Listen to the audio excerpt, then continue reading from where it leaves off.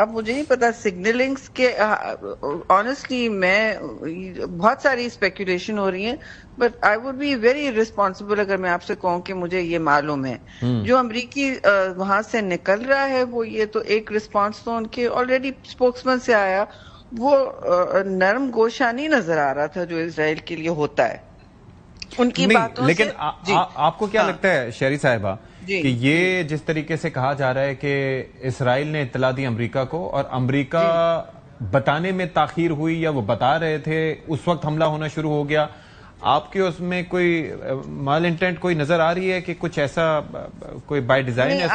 I think دیکھیے اس میں دو باتیں ہیں. ایک تو آئی تھنک میل انٹینٹ تو ہونا نہیں چاہیے کیونکہ ان کے بیسز وہاں پہ ہیں اور ان کا ایک رشتہ ہے قطر سے, تو ایل انٹینشن میری نظر میں ان کو ریشنلی منطقی طور پہ ان کا بھی فائدہ نہیں ہوتا نا امریکہ کا, سب نے میڈیم ٹرم میں رہنا ہے جو بھی کرنا ہے ان کی جو بھی ٹرانزیکشن ہے. دوسری بات یہ کہ دیکھیے ان کو یہ اسرائیل کو اپنا جو سرکل آف فائر ہے وہ بڑھاتے جا رہے ہیں اور اصل ایشو یہ ہے کہ اسرائیل کی کھلی چھوٹ اس میں سے زیادہ وسیع ہو گئی ہے. ٹھیک ہے, یہ ہوا امپیونٹی بڑھ گئی ہے ان کی, رائٹ. اب وہ کہاں کہاں پہنچتے جا رہے ہیں اور جس علاقے کو ہم ویسٹرن ایشیا کہتے ہیں, and again I want to say کہ جی ہم مڈل ایسٹ کہنا چھوڑ دیں تو اچھا ہوگا, کلونیل ٹرم ہے. تو اس ویسٹرن ایشیا کے پورے علاقے میں کون سا ملک ہے, 10 ممالک ہیں جو اسرائیل نے بار بار حملہ کیا ہے. ٹھیک ہے, وہ سب آپ گن سکتے ہیں, ہم 10 دفعہ. تو کون سا ملک چھوڑا ہے سوائے جی سی سی کے ممالک کے, اور یہ پہلا جی سی سی کا ملک تھا جو اپنا ایک ان کی تشخص ہوتی ہے, ان کا ویلتھ پروٹیکشن ہوتا ہے, یہ مارکیٹ اورینٹڈ ہیں اب, اور ان کی زیادہ تر امریکن الائنسز ہوتی ہیں. ٹھیک ہے نا, تو ویسٹرن ان کو ایک انگریس بھی ہوتی ہے اور ان کا کچھ حد تک تحفظ بھی ہوتا ہے. تو اس حوالے سے دس از نیکسٹ لیول جی, انہوں نے بہت حدیں پار کی ہیں. And how is Qatar going to respond to that, آپ کو کیا لگتا ہے؟ مجھے آج کسی نے کہا بہت سب چیمو گوئیاں کر تو رہے ہیں, کسی نے کہا کہ نہیں قطر کو پتا تھا, ایسے نہیں, ان کی سوورنٹی کوئی اس طرح بیچتا نہیں ہے کہ پتا بھی تھا اور کروا بھی لیا, ایسا نہیں ہوتا. لیکن قطر کے جو رد عمل ہے نا اس کی بھی میں سمجھتی ہوں محدود ایک لمٹ ہوگی. وہ اب they are not a natural جنگجو, وہ تو نہیں ہے نا, ان کا یہ نہ ان کا بیس اس طرح سے ہے نہ ان کی سوسائٹی اس طرح آرگنائز ہے. ہاں, تو وہ کس طرح کریں گے آئی ڈونٹ نو, ان کو کچھ نہ کچھ الائنس چاہیے ہوگا. بہت شکریہ آپ کا سینیٹر شہری رحمان صاحبہ فار یور ٹائم. جی ڈاکٹر وقائی صاحبہ, مجھے ذرا یہ سمجھائیے گا کہ میں جس طرح سے بات کر رہا تھا کہ ایسا آپ کی تیاری نہ بھی ہو لیکن پھر بھی جس طرح کا حملہ وہاں پر ہوا, اتنے دفاعی بجٹ کے ساتھ, اتنے کیپیبل ایئر کرافٹ کے ساتھ, ایسے پوٹنٹ ایئر ڈیفنس سسٹمز کے ساتھ, آپ کو لگتا ہے کہ یہ ہو پاتا کہ چلیں یہ جو ایئر کرافٹس ہیں وہ نظر نہیں آتے, اسٹیلتھ ہیں, لیکن اس کے باوجود جب حملہ کیا تو اس کا مطلب ہے کہ ان کا کور بلو ہو گیا, پھر تو آپ کچھ کر سکتے تھے. Do you by that? دیکھیے جس طرح سٹوری ڈیویلپ ہو رہی ہے نا, اس سے ایک بات بالکل واضح ہے کہ بہت سارے فیکٹس جو ہیں وہ ہمیں کم یا آدھے پتہ ہیں اور آدھے ہی بتائے جا رہے ہیں. اس کی سب سے بڑی اور واضح وجہ مجھے یہ نظر آتی ہے کہ جو لیول آف اسرائیلی انٹیلیجنس ہے اور جو لیول آف اسرائیلی کانفیڈنس تھا جب شروع میں یہ اٹیک ہوا, تو وہ یہ تھا کہ جی کولیٹرل ڈیمیج ہم کم کرنے کی کوشش کریں گے اور ہم نے کر دیا ہے. پھر آپ کے پاس یہ خبر آئی کہ ٹارگٹ ضرور ہوئے تھے, اٹیک ضرور ہوا تھا, ایلیمنیٹ نہیں ہوئے. ایک لیڈر کے صاحبزادے اور ایک کویتی آفیسر جو تھا وہ اس میں مارا گیا اور 4-5 لوگ اور ہیں. اسرائیل جب اپنی انٹیلیجنس کے ساتھ حملہ کرتا ہے تو یہ بہت ان لائکلی ہوتا ہے کہ وہ ٹارگٹ کو ہٹ نہ کرے اور سروائیو کوئی کر جائے, پہلی بات. دوسری بات یہ کہ یہ سمجھنا کہ امریکہ کو نہیں پتا تھا, یہ تو میں ہرگز نہیں مانتی, لیکن امریکہ کی جو اسکیم آف تھنگس تھی اس میں وہ اس طرح نہیں چلی جس طرح وہ چلنا چاہتی تھی. اور میں آپ کو بتاؤں, سب کہہ رہے ہیں کہ اسرائیل نے ریڈ لائن کراس کی ہے, بالکل کی ہے, 6واں ملک تھا جس پر حملہ کیا ہے, اور قطر مجھے نہیں لگتا کہ کوئی کائنیٹک جواب دے گا. اچھا. ان کے وزیر اعظم نے کہا کہ ہم جواب دیں گے، لیکن اس کے ساتھ ساتھ انہوں نے کہا کہ ہم لیگل ٹیم بنا رہے ہیں. اچھا. تو شاید یونائٹڈ نیشنز میں یا سیکیورٹی کاؤنسل میں یا OIC میں یا عرب لیگ میں آپ کوئی صورتحال ایمرج ہوتی دیکھیں. کوئی کائنیٹک رسپانس کائنیٹک ہوتا تو وہ اسی وقت. آخری بات میں آپ سے میں ایک بات اور گزارش کرنا چاہتی ہوں، تھوڑا سا ہمیں اس ریلیشن شپ کو سمجھ لینا چاہیے. امریکہ اسرائیل کے آگے ہوسٹیج ہے اور عرب کنٹریز امریکہ کے آگے ہوسٹیج ہیں. یہ ایک ٹرائنگولر ریلیشن شپ ہے. تو اس سے ہمیں اندازہ ہو جاتا ہے بھی صاف واضح آواز اٹھ رہی ہے کہ دیکھیے جی اب صورتحال وہاں پہنچ گئی ہے جہاں اسرائیل ہم سے پوچھتا نہیں ہے کہ ہم یہ کرنے جا رہے ہیں، اسرائیل ہمیں بتاتا ہے آلموسٹ کر گزرنے کے بعد. ٹھیک ہے. ٹھیک. اس وقت یہی سچویشن ہے. ڈاکٹر میرا خیال ہے کہ کانفلکٹ ایکسپینڈ ہوا ہے، اور کانفلکٹ ایک تو ڈیفینیٹلی ایکسپینڈ ہوا ہے.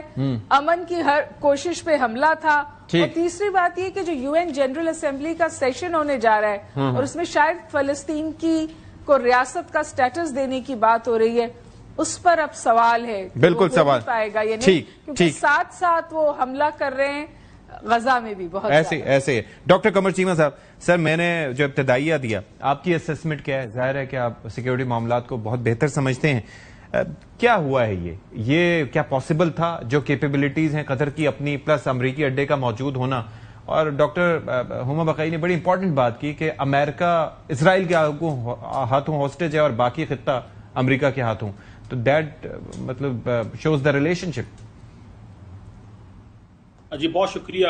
دیکھیں پہلی بات تو یہ بڑی کلیئر ہے کہ آپ کو پتا ہے کہ GCC کے درمیان بھی ایک جوائنٹ ڈیفنس ایگریمنٹ ہے سنس دسمبر 2000. لیکن اس کی بھی لمیٹیشنز ہیں. باتیں تو سارے کرتے ہیں. کل سعودیز بھی اور اماراتی بھی کہہ رہے تھے کہ ہمارے تمام جو ایسٹس ہیں وہ آپ کے ڈسپوزل پہ ہیں، بتائیں کہاں پہ کیا استعمال کرنا ہے.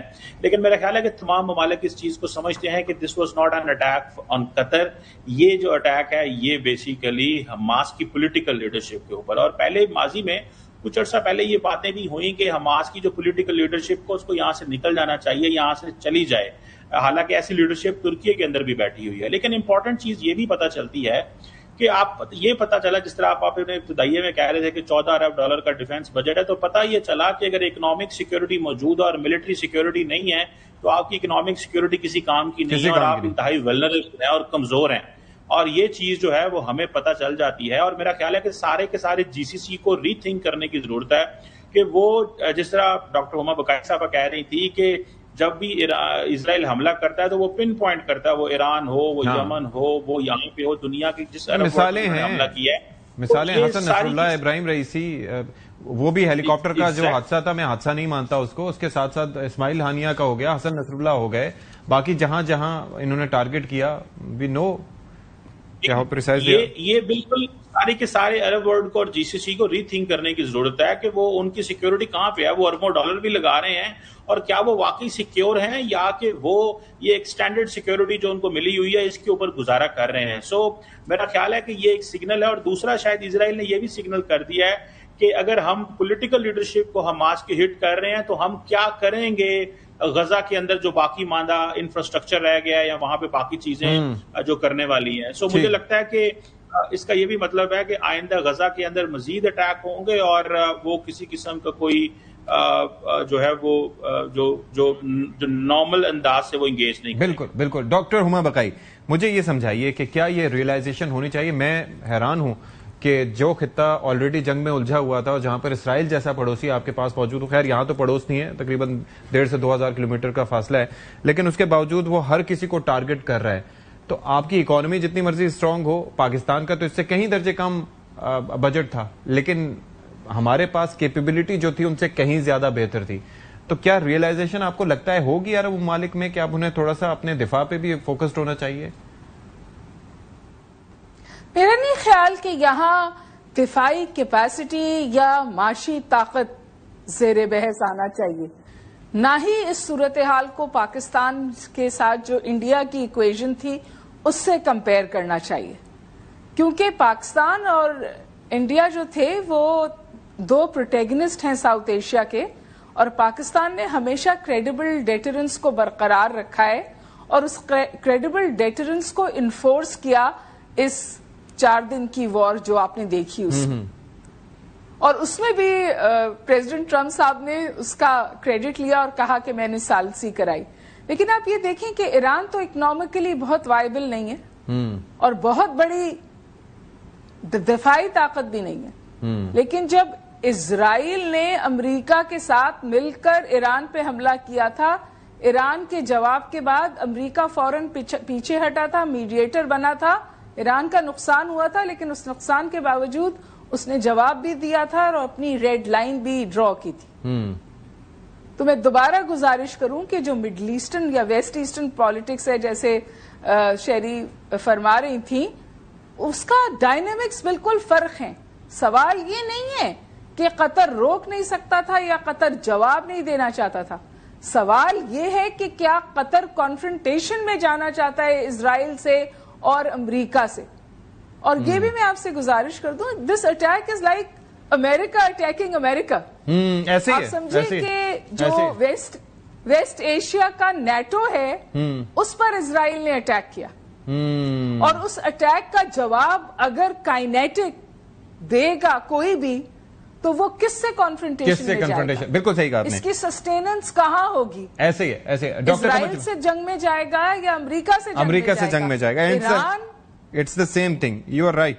ایران جو ہے، ایران کیٹیگوریکلی یہ کہتا ہے کہ ہم اسرائیل کو ایلیمنیٹ کرنا چاہتے ہیں یا ہم اسرائیل کے ساتھ مخاصمت میں ہیں. لیکن وہاں پر یہ سوچ نہیں. قطر اسرائیل کو ریکگنائز کرتا ہے. ٹھیک ہے، مجھے ذرا جواب. کا اتحادی ہے. جی ڈائنامکس فرق ہے. I get it. Doctor Qamar Cheema, مجھے یہ بتائیے کہ اب کیا آگے آپ کو پھر یہاں سے ہوتا دکھائی دے رہا ہے؟ یہ پھر OIC نے کیا کرنا ہے، عرب لیگ نے کیا کرنا ہے؟ اب will it be the new normal for Israel? مختصراً اگر فرینکلی اسپیکنگ تو یہ نیو نارمل ہے، یہ بالکل نیو نارمل ہے. اور نہ تو GCC جواب دے سکتی ہے، نہ عرب لیگ، نہ ہی OIC کے پاس کوئی ایسے ٹولز ہیں کہ وہ جواب دے سکیں. اور سارے اکیلے آج وہ ہمارے خواجہ آصف صاحب بھی کہہ رہے تھے جی مسلم دنیا کو اکٹھے ہو جانا چاہیے اور یہ ہو جانا چاہیے، وہ ہو جانا چاہیے. نہ ہی کوئی اکٹھا ہونا چاہتا ہے اور نہ ہی ایسی کوئی چیز ہے. میرا خیال ہے کہ اسرائیل کے جو اپنے کور کنسرنز ہیں انہوں نے اپنے وہ ایڈریس کرنے ہیں. ٹھیک ہے.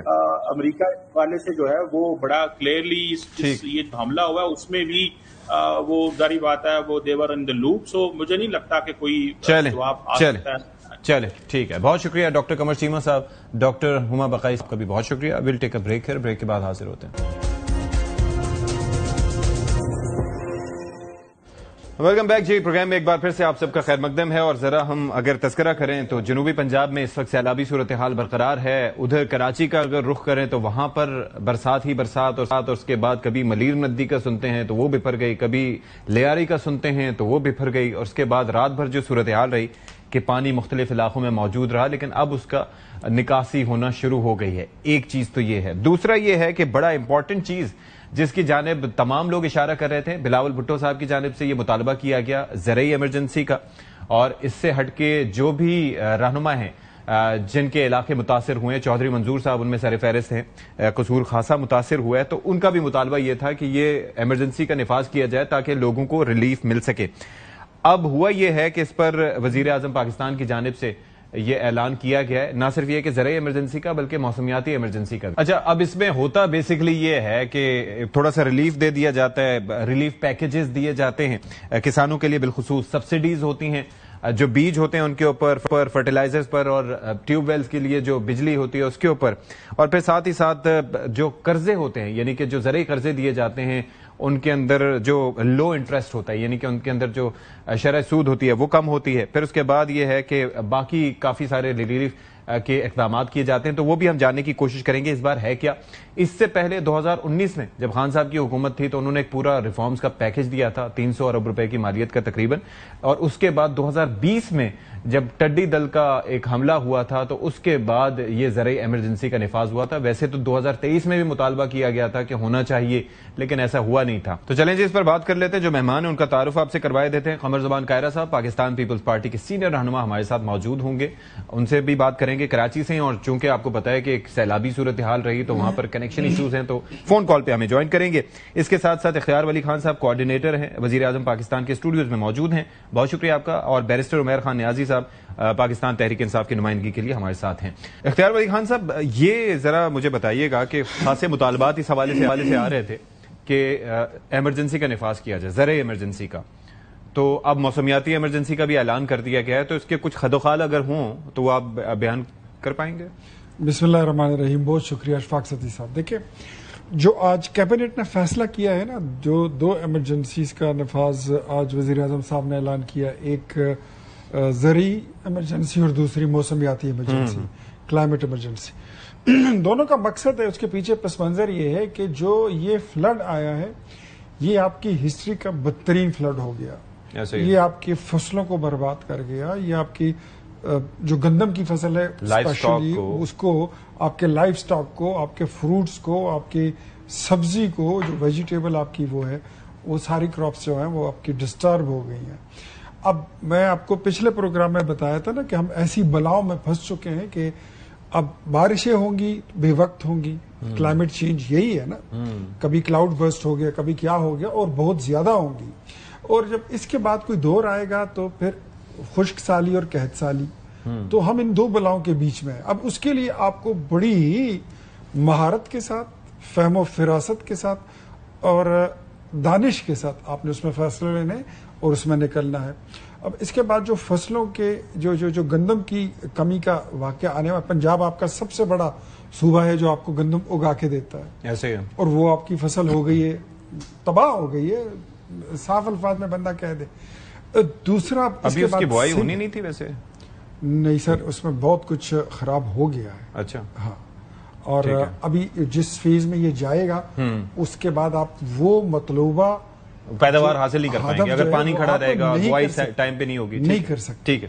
اچھا, دوسری طرف جو ہے تو آپ کے موسمیاتی وہ ہے تبدیلیوں کے خلاف آپ نے جو ایمرجنسی کا آج اعلان کیا ہے, اس میں 2 چیزیں سب سے زیادہ ضروری جو ہیں وہ یہ ہے کہ ڈیفارسٹریشن کو ہر صورت روکنا ہوگا.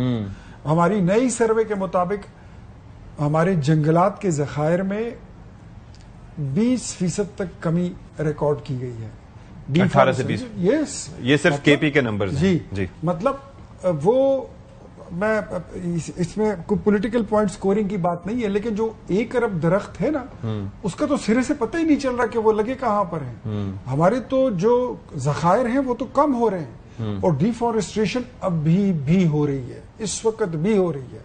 اس کے باوجود ہو رہی ہے کہ آپ نے تمام پہاڑوں کو گنجا کر دیا ہے. اب کلاؤڈ برسٹ جیسے حالات آتے ہیں, آپ اس کو میٹ نہیں کر سکتے, آپ اس کو روک نہیں سکتے. تو سب سے پہلے آپ نے ڈیفارسٹریشن کو روکنا ہے, اور دوسرے فیز میں آپ نے ساتھ ہی ساتھ دریاؤں کے جو نیچرل اس کے کورسز ہیں, راستے ہیں, اس کو آپ نے کھولنا ہے. اور ایسا گلگت بلتستان سے لے کے کراچی تک آپ نے اکراس دا بورڈ کہیں پہ بھی آپ کو یونیفارم پالیسی اڈاپٹ کرنی ہوگی. ادروائز میں آپ کو مثال دیتا ہوں, آپ اسلام آباد کو دیکھ لیں, جتنی بھی بارش یہاں پہ ہو جائے 1 گھنٹے کے بعد پانی آپ کو کہیں کھڑا نظر نہیں آتا, بیکاز اسلام آباد کے کسی آبی گزرگاہ کو نہیں چھیڑا گیا. لیکن یہاں پر بھی آپ دیکھیں حادثات ہوئے نا. ابھی آپ مثال کے طور پر یہ شاہ اللہ دتا کی سائڈ پہ آپ چلے جائیں, وہاں پر پورا پہاڑ ہی غائب کر دیا ہے. وہ الگ بات ہے. میں آپ کو اربن فلڈنگ کی بات بتا رہا ہوں کہ مطلب اسلام آباد میں آپ نے کسی بھی جو اربن فلڈنگ کی جو راستے ہیں اس کو آپ نے نہیں چھیڑا. اب دریائے سوات کے راستے میں آپ نے 2000 این او سیز دے دیے ہیں ہوٹلز کو اور پرائیویٹ ریزورٹس کو. 2000 این او سیز تقریباً مور دین 2000 این او سیز. تو اگر آپ ان کو روکیں گے تو دریا تو اپنا قبضہ پھر لے ہی لیتا ہے. تو یہ ساری چیزیں میرے خیال میں اس کو کینسل کرنا ہوگا, اور جتنی آبی گزرگاہیں ہیں ان کو راستہ دینا ہوگا. دریاؤں کا تحفظ, جنگلات کا تحفظ, یہ جو موسمیاتی ایمرجنسی ہے, کلائمیٹ ایمرجنسی, یہ اس کا مین تھیم. ٹھیک ہے, ٹھیک ہے. قاہرہ صاحب ہمیں انوائل جوائن کر چکے ہیں.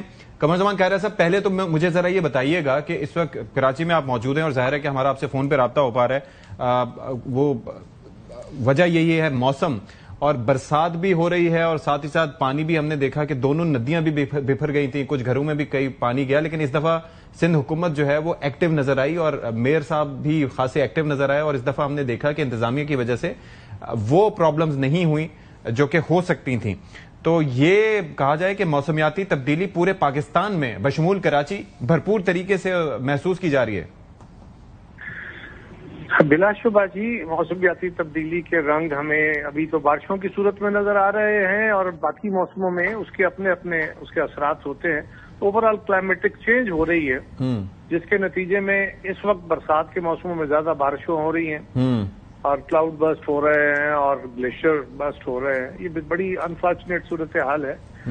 کراچی میں جب سے میئر صاحب آئے ہیں انہوں نے بالکل پہلے سے اپنی تیاریاں کی تھیں. سندھ کے اندر بھی گورنمنٹ کو موقع بھی زیادہ مل گیا تھا کیونکہ پہلے سے ارلی فورکاسٹ ہو گئی، پتہ چل گیا کہ پانی آ رہا ہے، تو اس کی تیاری انہوں نے کر لی کافی. اللہ کرے کہ سندھ میں وہ نقصان نہ ہو. تو کراچی، کیونکہ کراچی کے مسائل بڑے گمبھیر ہیں، یہاں پہ کافی سارا ایریا تو وہ ہے جو سمندر سے نیچے ہے جس کا پانی پمپ ہونا ہے، اور اگر ایکسٹرا آرڈنری صورتحال بن جائے تو سارے پانی کو پمپ کرتے ہوئے ٹائم لگے گا اس میں. اور وہ بھی اگر سمندر کا لیول بھی اگر اوپر ہو خدا نخواستہ تو پھر پانی پمپ کہاں کریں گے؟ کرنا پڑتا ہے. پھر پمپ کہاں کریں گے؟ تو جب پمپ کرتے ہیں تو اس کا اپنا پرابلم ہے کہ کسی وقت اگر بجلی فیلئر ہو جاتی ہے تو اس کی وجہ سے بھی پمپ بند ہوتے. بہرحال اس دفعہ سندھ گورنمنٹ نے یہ ضرور کیا کہ انہوں نے پہلے تیاریاں کی ارلی، اور اس تیاری کے نتیجے میں جو نالے تھے، جو واٹر ویز تھے، ان کو کافی حد تک صاف کیا گیا، ان کی صفائیاں کی گئی، اور اس کے نتیجے میں جو صورتحال ہے وہ کمپیریٹیولی بہت بہتر رہی. اللہ کرے اب مزید بارشیں نہ ہوں اور یہ معاملہ سلسلہ تھمے تاکہ انتظامیہ کو لوگوں کی سہولتیں جو ہے وہ بحال کرنے آسان. بالکل ایسے ہی ہے. عمیر نیازی صاحب، ایک چیز مجھے ذرا بتائیے گا کہ آپ لوگ، ظاہر ہے کہ اگر ہم پنجاب کی سائڈ پر جو ہم برسات کے بعد جو صورتحال دیکھیں، جو سیلابی صورتحال رہی، اس کے بعد صورتحال دیکھیں، میں جب لوگوں کو دیکھ رہا تھا کہ کیسے انہوں نے درختوں پہ وقت گزارا، کیسے دوہری مصیبتوں کا انہیں سامنا کرنا پڑا تھا. کئی گھروں پہ کھڑے تھے تو گھر منہدم ہو رہے تھے. پھر ابھی بھی کافی ایشوز ہیں. ظاہر ہے کہ حکومت ہر چیز سارٹ نہیں کر سکتی. یہ جو زرعی ایمرجنسی اور موسمیاتی ایمرجنسی ہے، کتنا ریلیف آپ کو لگتا ہے کہ اس سے مل پائے گا؟ دیکھیں، زرعی ایمرجنسی تو وقت کی ضرورت ہے. موسمیاتی اثر آپ کے طرف آیا، چلے آپ کہہ لیں ٹھیک ہے، مگر دیکھیں موسمیاتی فیکٹر ہے. دیکھیں آگے مانسون کی بات کریں، 20% مور دین یوزول تھا، اور وہ بھی پیسیفک کا ایک خاص افیکٹ، لا نینو اور ایل نینو، میں نے ایک دن ایلیبریٹ بھی کیا تھا. بالکل پہلے سے پتا تھا، تو اس کی بہتر تیاری ہو سکتی تھی. مگر ظاہری بات ہے ہم نے چیزوں کو، نیچر کو ہم ایزی نہیں لیتے، مگر نیچر کی راہ میں رکاوٹ نیچرلی ٹھیک ہے. جب آپ گزرگاہیں روکیں گے مسئلہ بنے گا، مگر گزرگاہوں سے ہٹ کے دیکھیں اوور آل ہم جب بھی کوئی پروجیکٹ ڈیزائن کرتے ہیں، کیا اس میں ہم نیچر کو فیکٹر ان کرتے ہیں؟ ہم نے کیا ہی نہیں. آپ کے سامنے آپ کی موٹر وے ایک بہت بڑی اگزامپل ہے. پنڈی بھٹیاں آنورڈز آپ دیکھ لیں، 7-8 کلومیٹر کا پیچ ہے کہ کتنے عرصے سے پانی رکا کھڑا ہوا ہے. کیوں رکا ہے؟ اگر نیچے سے گزرگاہیں ہوتی موٹر وے کے نیچے تو وہ پانی فلو کر جاتا. آپ نے نیچرل واٹر کا کورس روکا ہوا ہے، تو جس کی وجہ سے اسٹیگننٹ ہو گیا. اب ادھر آپ زرعی ایمرجنسی کریں، جو کریں، جب تک پانی نہیں کلیئر ہوگا وہ جگہ قابل کاشت نہیں ہو سکتی. اس وقت سب سے زیادہ زرعی ایمرجنسی سے بھی ایکیوٹ ایشو کیا ہے، وہ ہے فوڈ سیکیورٹی کا. پرابلم کیا ہے کہ منسٹری آف فوڈ سیکیورٹی کو اس وقت ایکشن میں نظر آنا چاہیے، کیونکہ آپ کو پتا ہے کہ آپ کی گندم کی پروڈکشن کم ہوئی ہے. آپ کی 1.7 ملین میٹرک ٹن گندم کے شارٹ فال ہے.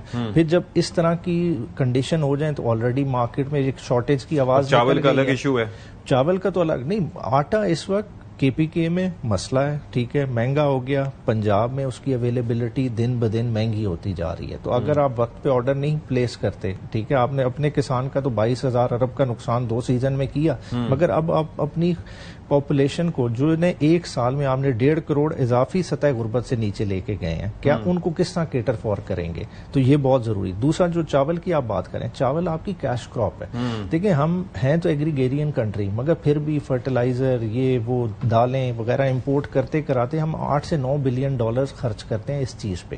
کیا اب ہمارے پاس اضافی کوشن ہے کہ جو چاول ہم نے پچھلے سال 4 بلین ڈالر تک کا ایکسپورٹ کیا ہے، آج وہ اگر ہماری فگر گر جاتی ہے، 1.5-2 بلین ڈالر کا ہمیں فرق آ جائے اور ہمیں اضافی اور چیزیں باہر سے امپورٹ کرنی پڑتی ہیں، کیا ہم اس پوزیشن میں ہیں ہم ان چیزوں کو بیلنس کر سکیں گے؟ پھر فرٹیلائزر کے ریٹس دیکھ لیں، آل ٹائم ہائی ہیں.